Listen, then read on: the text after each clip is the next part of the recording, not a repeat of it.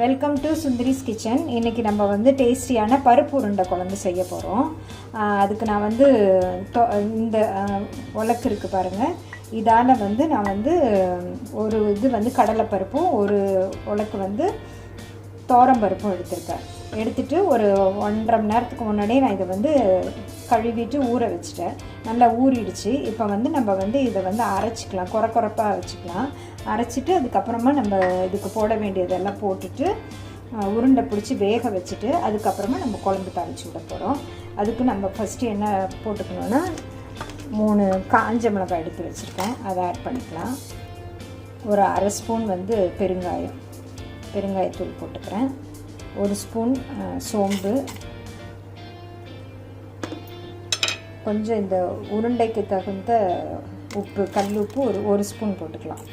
போட்டுட்டு இதை வந்து இந்த பருப்பு வச்சு நான் அரைச்சிட்டு வந்துடுறேன், குறப்பாக அரைச்சிட்டு வந்துடுறேன். அதுக்கப்புறம் நம்ம இதை வந்து மாவு எப்படி பெசறணும்னு காமிக்கிறேன் உருண்டையை. இப்போ நம்மளோட மாவை வந்து நான் குறன்னு அரைச்சிட்டு வந்துட்டேன். இதோட நம்ம வந்து ஒரு பெரிய வெங்காயத்தை நான் பொடியாக கட் பண்ணி வச்சுருக்கேன், அதை சேர்த்துக்கலாம். இதில்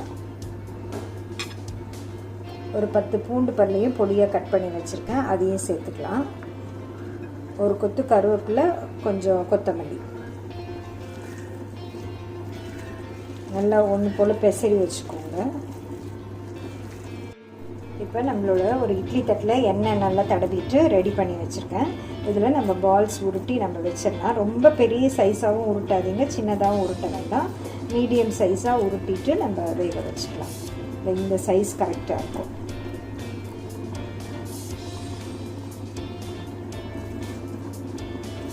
இது மாதிரி எல்லா உருண்டையும் ஒரே ஈவனாக உருட்டி வேக வைக்கணும் நம்மளுக்கு.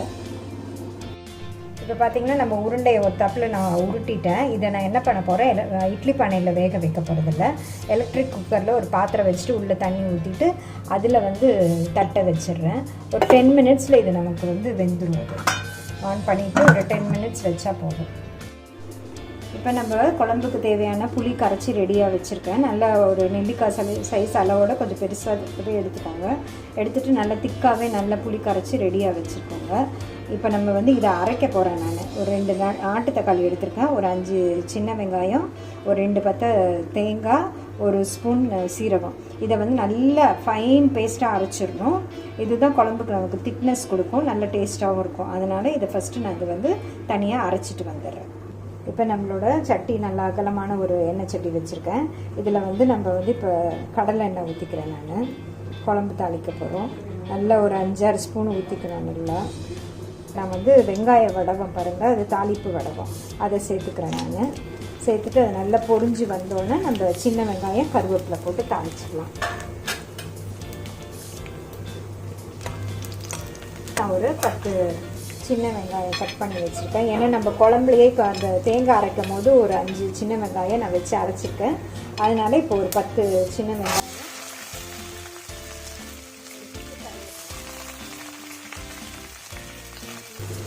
இப்போ இதில் காஷ்மீரி ரெட் சில்லி வந்து ஒரு 1.5 ஸ்பூன் போட்டுக்கிறேன். அப்போ தான் அது கலர் நல்லாயிருக்கும், குழம்போட கலரு.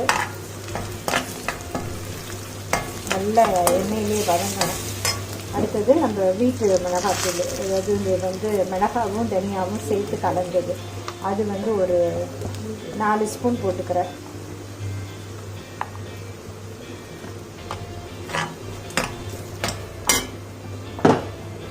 மஞ்சத்தூள் ஒரு 1/2 ஸ்பூனு, உப்பு வந்து ஒரு 1.5 ஸ்பூன் போட்டுக்கலாம். போட்டுட்டு நல்லா வதக்கி விட்டுட்டு இப்போ நம்ம குழம்பு கரைச்சி வச்சுருக்கோங்க, புளி கரைச்சி வச்சதை எடுத்து ஊற்றிக்கலாம். அதில்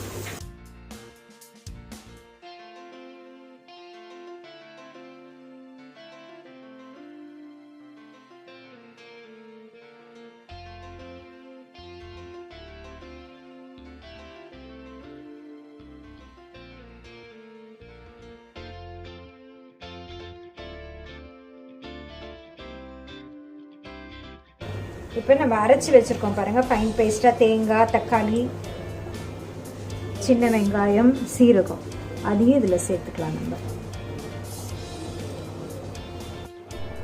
இப்போ நம்மளோட குழம்பு கொதிக்கிற அளவுக்கு நம்ம மூடி வச்சிடலாம். இது மூடி போட்டு நான் மூடிடுறேன். ஒரு 10 மினிட்ஸ் கொதிக்கட்டும். இப்போ நம்மளோட குழம்பு நல்லா கொதிச்சுட்டு இருக்குது பாருங்கள். இப்போ வந்து நம்ம ஓப்பன் பண்ணி பார்க்கலாம். நல்லா வாசனையாக இருக்குது குழம்பு. இப்போ ஒரு தடவை கலந்து பார்க்கலாம். நம்ம நல்லா இருக்கும். திக்காக தேங்காய் எல்லாமே நல்லா ஒன்று சேர்ந்து நல்லா வந்துருக்கு. இப்போ நம்ம உருண்டையை இதில் சேர்த்துடலாம். வேக வச்ச உருண்டை பாருங்கள், அதை இதில் சேர்த்துக்கலாம்.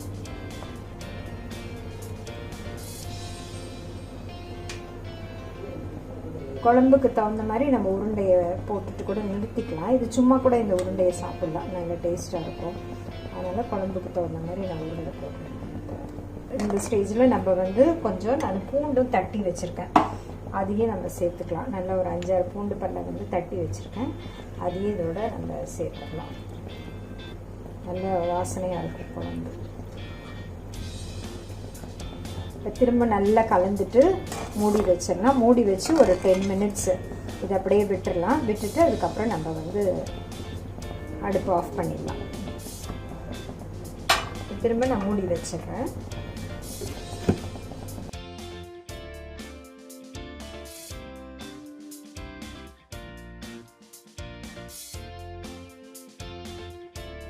ஆஃப் பண்ணிடலாம்.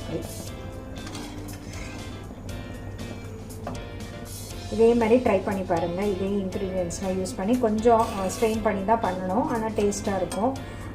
நிறையா கொஞ்சம் ப்ராசஸிங் இருக்கும் இது இந்த குழம்பு வைக்கிறதுக்கு. இதே மாதிரி ட்ரை பண்ணி பாருங்கள். ட்ரை பண்ணி பார்த்துட்டு உங்களோட ஃபீட்பேக் அண்ட் கமெண்ட் கொடுங்க. என்னோடய சேனலில் லைக் பண்ணுங்கள், சப்ஸ்கிரைப் பண்ணுங்கள். தேங்க்ஸ் ஃபார் வாட்சிங்.